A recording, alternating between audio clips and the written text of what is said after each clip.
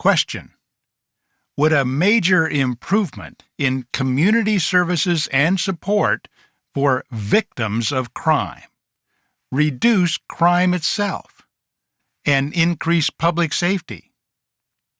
Answer: an emphatic yes. So says Lenore Anderson, author of the book In Their Names, The Untold Story of Victims' Rights, Mass Incarceration, and the Future of Public Safety. Study after study, David, has shown that, more than 90% of the people who are entering our jails and prisons, more than 90, have long histories of exposure to violence and victimization long before they ever committed a crime. This is Justice Voices, eye-opening stories and commentary about justice, healing, and safer communities. Welcome. Our guest today is Lenore Anderson, author of the book In Their Names, subtitled The Untold Story of Victims' Rights, Mass Incarceration, and the Future of Public Safety. She's also the co-founder and president of the national organization Alliance for Safety and Justice. Lenore, welcome to our program. Thank you for having me. Well, it's our pleasure to do that. We met at an event a few weeks ago at the University of Chicago campus, which happened to be on the same day that I had just recorded a podcast conversation with Lisa Daniels, who you know and is a remarkable woman who shared her story of healing and forgiveness after she lost a son to gun violence in Chicago. And I'm hoping listeners who haven't listened to that episode do that. What struck me after that conversation, listening to you at the event there in Chicago, was you touched on many of the same themes that Lisa and I had just discussed regarding justice for victims of crime, including survivors like Lisa, and how different justice looked for Lisa and many other victims than what probably most people in the public imagine or think of. Lisa talked about restorative justice, about justice as healing, which is a very different paradigm than the currently prevailing view of justice as punishment. Then at the event at which you spoke, Lisa and I were listening as you addressed the same central themes we'd been talking about, but you carried them further toward describing practical solutions and building that bridge between the need for change on the one hand and practical solutions on the other is why I was so eager to have you as a guest on this program. So with that background, that context, for the sake of those of our listeners with limited time, let's start with the big picture, the main ideas that you hope people will take away from this conversation, and hopefully from reading your book. First of all, why did you write the book? What's the big idea that you wanted to write about? Well, David, I'm an attorney and a policy reform advocate. I've been working to change American crime policy for the last 20 plus years.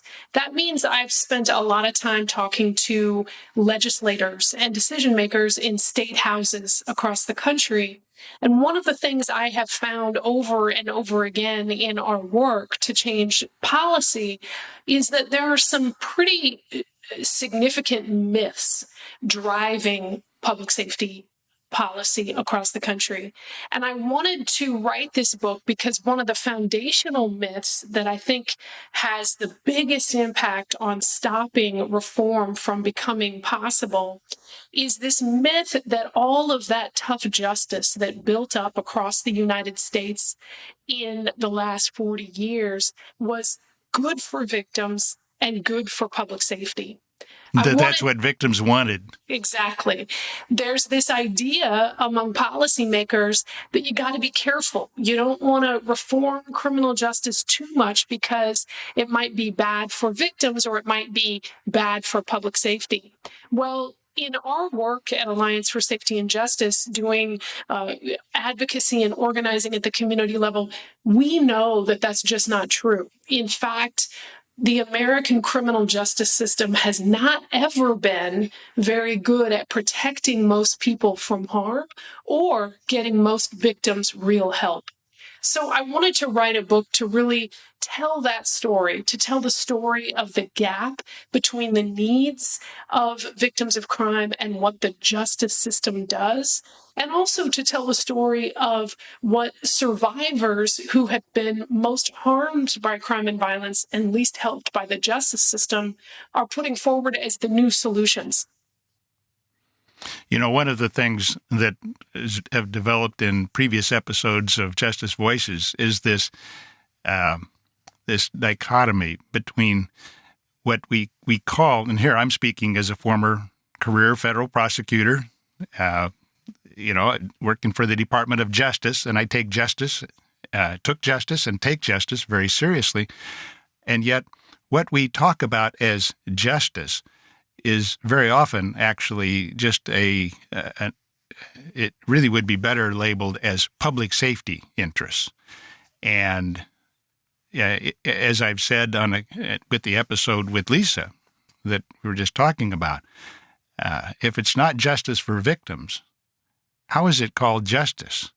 And victims, in my experience as a prosecutor, are very often sitting on the sidelines, watching the whole thing unfold.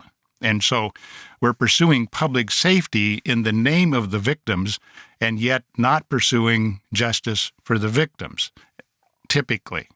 And, that has a really harmful impact on whether or not we're even able to achieve that goal of public safety. One of the things that happened, rewind the clock, how did we get here? In the 1980s, there was a call, there was a lot of political attention to rising crime at that time. And there was a lot of politicians across the political spectrum who called for toughening up the justice system to help more victims. Now, there's a reality here. I'm also an attorney. I know what happens in criminal court. One of the things a lot of people don't realize is victims are really little more than witnesses to a case in criminal court, right? They have limited rights. Their experience in the court process is often re-traumatizing, and there's very little that comes out of that has provided most people hurt by crime and violence with either closure or a pathway to healing. So when those original calls for victims' rights came about in the 80s and 90s, they were hitting on something that's very true, which is that victims are disregarded by American criminal justice all the time. True. But the policy response to that problem was more money and more power for the justice system. And the problem with that response is we empowered a justice system that has actually never been very good at really providing dignity and providing healing to victims, never been very good at discerning what victims want or need out of the justice system. But that was kind of how we responded at the policy level. And so, it's important to understand that. I think, one of the things that we found, my organization, we interview and survey victims of crime, diverse victims of crime across the country. We've interviewed more than 10,000 victims of crime in the last decade, victims of, a wide range of crimes, from surviving family members of homicide to victims of domestic violence, sexual assault, you name it. And one of the things we found first is that there is no monolith, right? Victims have a wide range of experiences and opinions and needs from the justice system. But the one unifying theme that we have found is that most of the time what victims want is for for what happened to them to never happen again. They want the justice system to be able to stop the cycle. We have not built up in our infrastructure for public safety the capacity to actually stop that cycle of crime, even though that's what most survivors would prefer at a policy level. Well, speaking of that, one of the themes we've touched on in several prior episodes of this podcast has been the connection between trauma and crime as a cause of crime as well as an effect of crime. And that as we have, it's a commonly repeated phrase these days in circles that you and I move in, that hurt people hurt people. And this, when we think of particularly violent crime, well, violent crime is something that, particularly violence in its most serious forms, is almost like a disease. And trauma is the carrier of the disease. We had an episode with a couple of people. Michael Tafoya, for example, comes to mind. Eddie Bocanegra. These guys grew up in neighborhoods where they were victims of violence, and they turned to violence. Michael Tafoya described it as, I decided I needed to become what I feared. The only way to protect himself and his family was to become feared by the people he was afraid of. In other words, he became a victimizer and ultimately went to prison for having murdered somebody in a gang shooting. All right, well, he kind of wised up, and that's a remarkable story, and it's really an enlightening story. But the point that goes to what you're describing is trauma. Well, we're not addressing the underlying causes of why people became violent when we send them to prison, which on the one hand, one of my former defendants called it crime college, and it's also traumatizing. And it's not addressing the problem. It's just kicking the can down the road. And we turn these people loose, and we expect after putting them in the concentrated company of criminals for a few years, they're going to come out less criminal than they went in. And this is the cycle you're talking about. And so it's not satisfying what victims want. It's not satisfying what the public wants. What's wrong with this picture? Well, what's wrong is it just really hasn't been informed by the realities of how cycles of crime and violence happen. We know quite a bit about how cycles of violence and crime happen. That data, that evidence, that research just doesn't inform our criminal justice system very much. Study after study, David, has shown that, more than 90% of the people who are entering our jails and prisons, more than 90, have long histories of exposure to violence and victimization long before they ever committed a crime. When I was a young attorney, just starting out of law school, one of my first jobs was working with parents of incarcerated youth and, helping parents advocate for alternatives to incarceration. I can tell you every young person I met that was facing time behind bars had been a victim of crime long before they ever committed a crime. But there was no, and whether that's, being sexually abused in the home only to be placed in foster care and sexually abused there, or whether it's, witnessing dozens of murders in your neighborhood where chronic gun violence is a severe public health threat. Those types of experiences, there was no victims' rights movement for those kids that I was working with. There was no call to action to protect those children. That's because there's this sort of underlying hierarchy of harm in our justice system of whose victimization matters and whose victimization really does not. And that is really devastating from a public safety perspective. If we know that too often most people who end up committing a crime long before needed protection and help and didn't get it, then you would think that our top public safety goal would be providing that protection and help. We need to put healing trauma at the center of our strategies for public safety.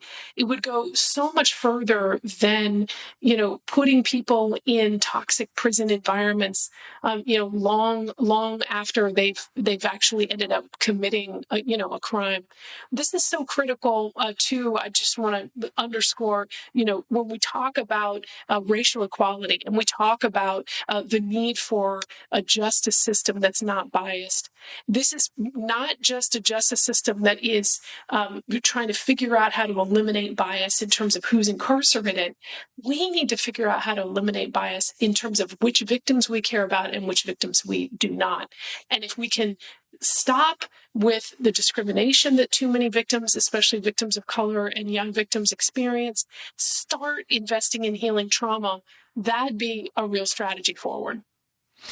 Well, that resonates with me for this reason.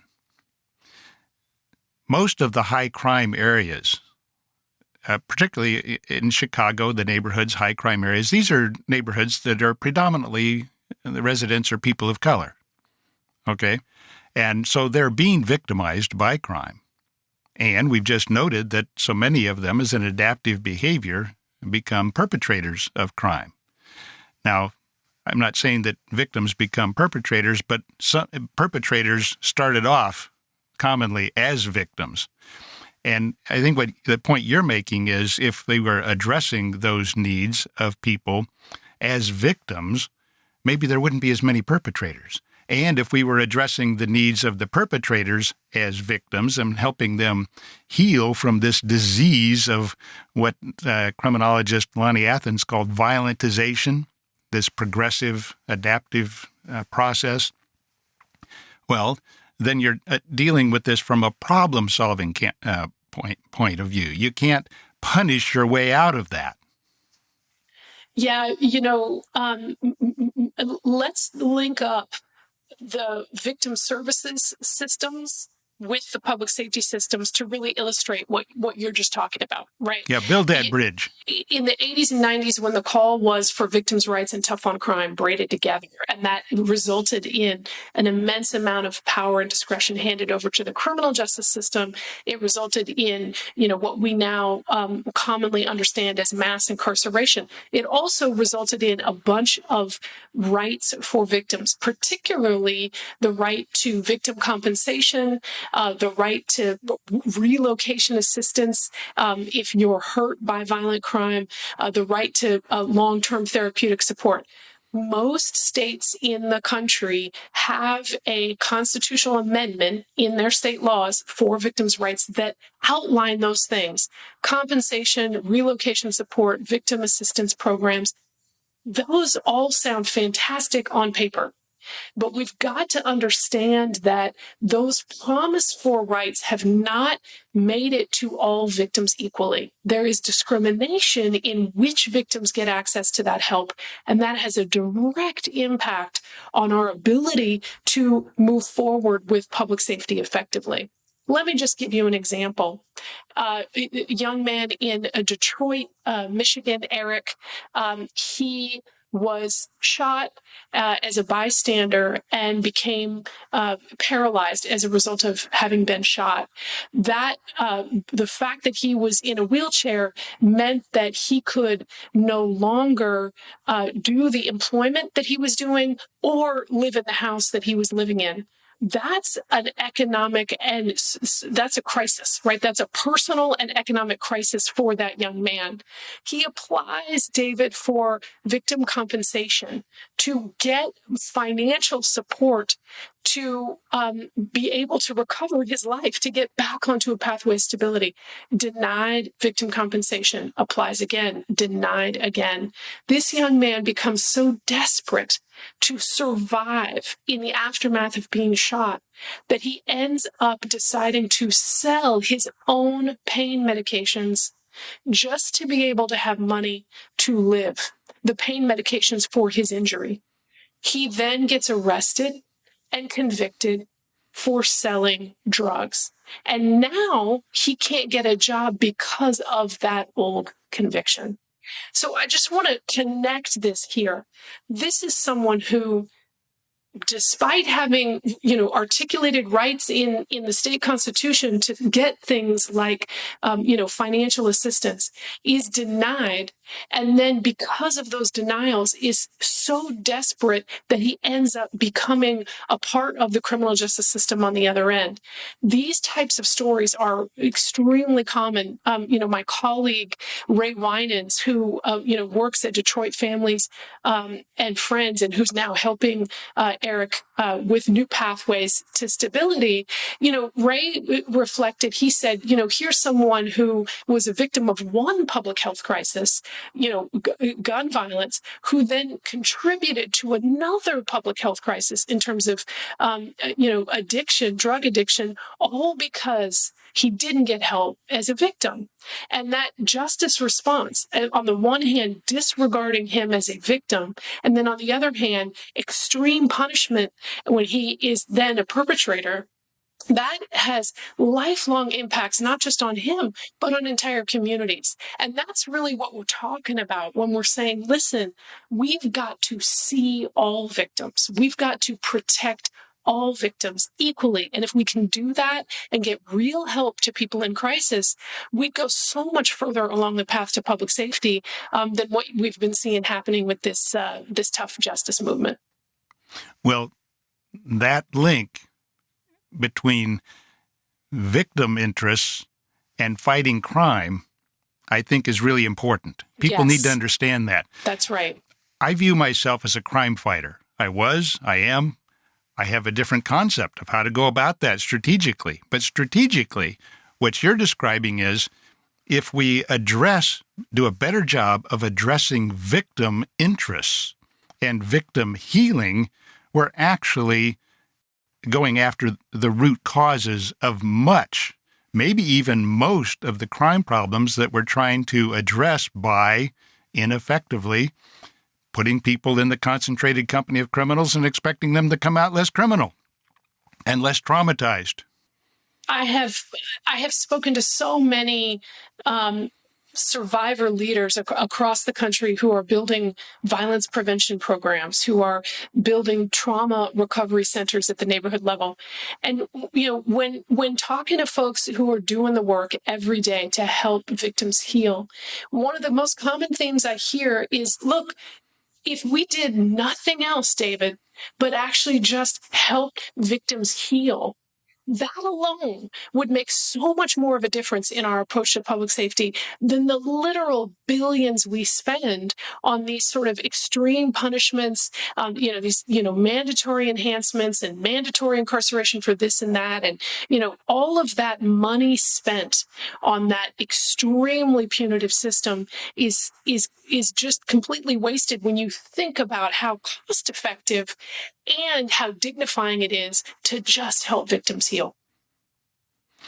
Yeah, and then that connection is reflected in the name of your organization, Alliance for Safety and Justice. And I will comment, you have state affiliates and programs. Is that right?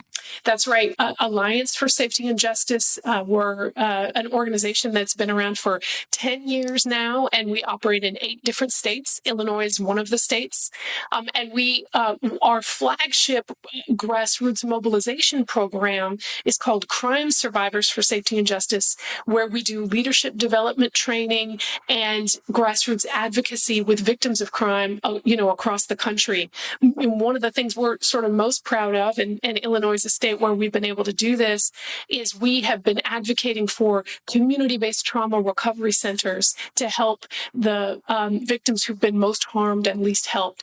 And we now have 41. We started with only one trauma recovery center in California, and now through our advocacy to put state money into trauma recovery centers and grow them, there's now 41 trauma recovery centers across the country, and there's 5 in the state of Illinois now. So we're really excited. It's a whole new approach to public safety, right? The trauma recovery center model is like, look, we're going to help victims regardless of whether or not there's a prosecution, regardless of whether or not they can come into, a prosecutor's office. We're going to go to their home. We're going to provide them with that emergency help in the immediate aftermath of getting hurt, help people relocate if that's what they need, fill out compensation applications, get therapeutic support, and also get things like jobs and housing. That's a model that helps victims heal, that helps families, and that helps communities. And that's something that can happen as part of a well-developed criminal justice system, but it doesn't have to be the criminal justice system. That's something that that communities can do. That's right. That's right.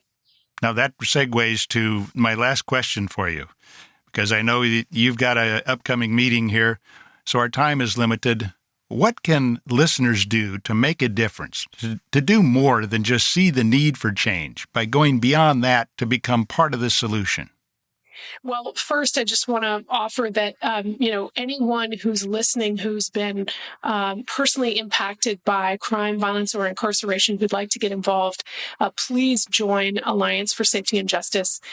You can go to allianceforsafetyandjustice.org and learn more about our programs and learn more about how to get involved.